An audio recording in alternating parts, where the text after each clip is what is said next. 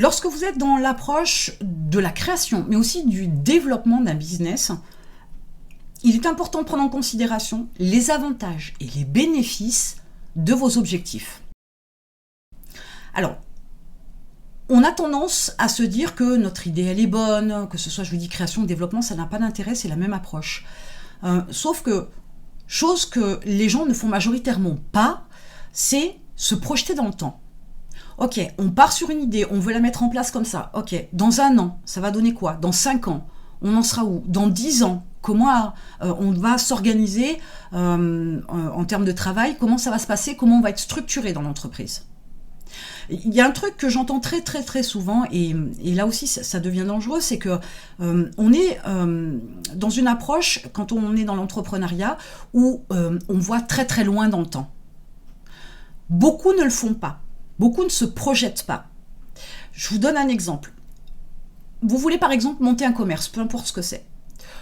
Quand on monte un commerce, on a des contraintes. Il faut être à l'heure, respecter les horaires d'ouverture et de fermeture qu'on a annoncés. On ne peut pas ouvrir et fermer quand on en a envie. Mais ça veut dire aussi qu'on ne peut pas tomber malade, qu'on ne peut pas avoir d'accident, qu'on ne peut pas avoir de soucis qui fassent qu'on est obligé de fermer la boutique et faire un petit peu comme on veut. C'est pas possible. Et c'est encore plus difficile si vous êtes seul dans le commerce. On devient vraiment esclave avec un commerce.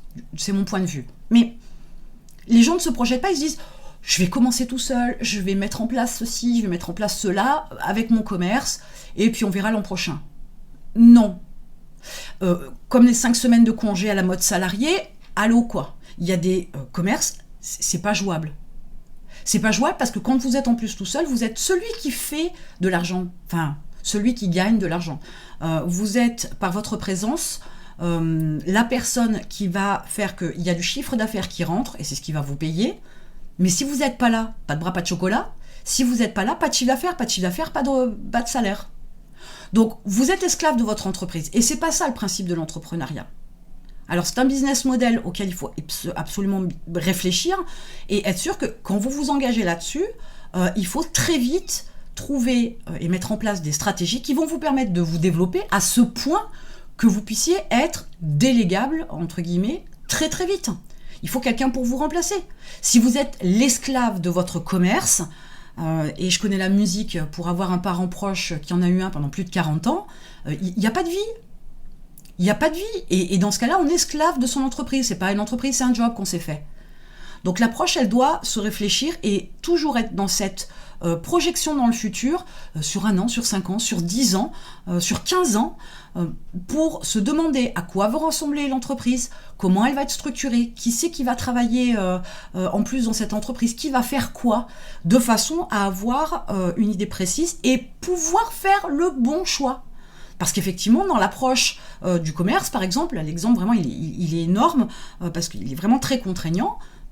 Dans cette approche-là, se dire effectivement, est-ce que c'est ce que je veux, être esclave de mon entreprise, avoir ces contraintes de présence dans mon commerce, au quotidien, 5 jours, 6 jours sur 7, peu importe.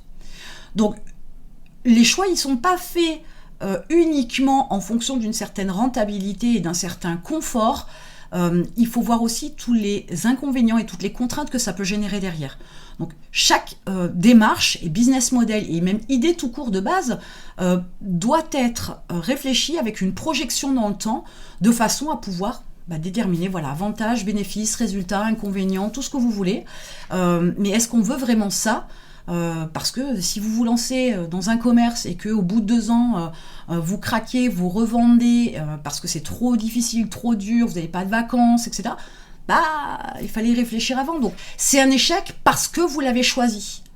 Parce que vous n'avez pas fait cette projection-là et que les inconvénients, vous ne les avez pas vus immédiatement. Si vous voulez vous occuper de vos enfants, un commerce, ce n'est absolument pas la bonne solution. Il faut être très clair là-dessus. Donc, faire le rapprochement entre ce que vous voulez, ce vers quoi vous tendez avec votre business et ce que vous voulez vraiment pour vous, il peut y avoir un delta énorme et là, il faut rectifier le tir.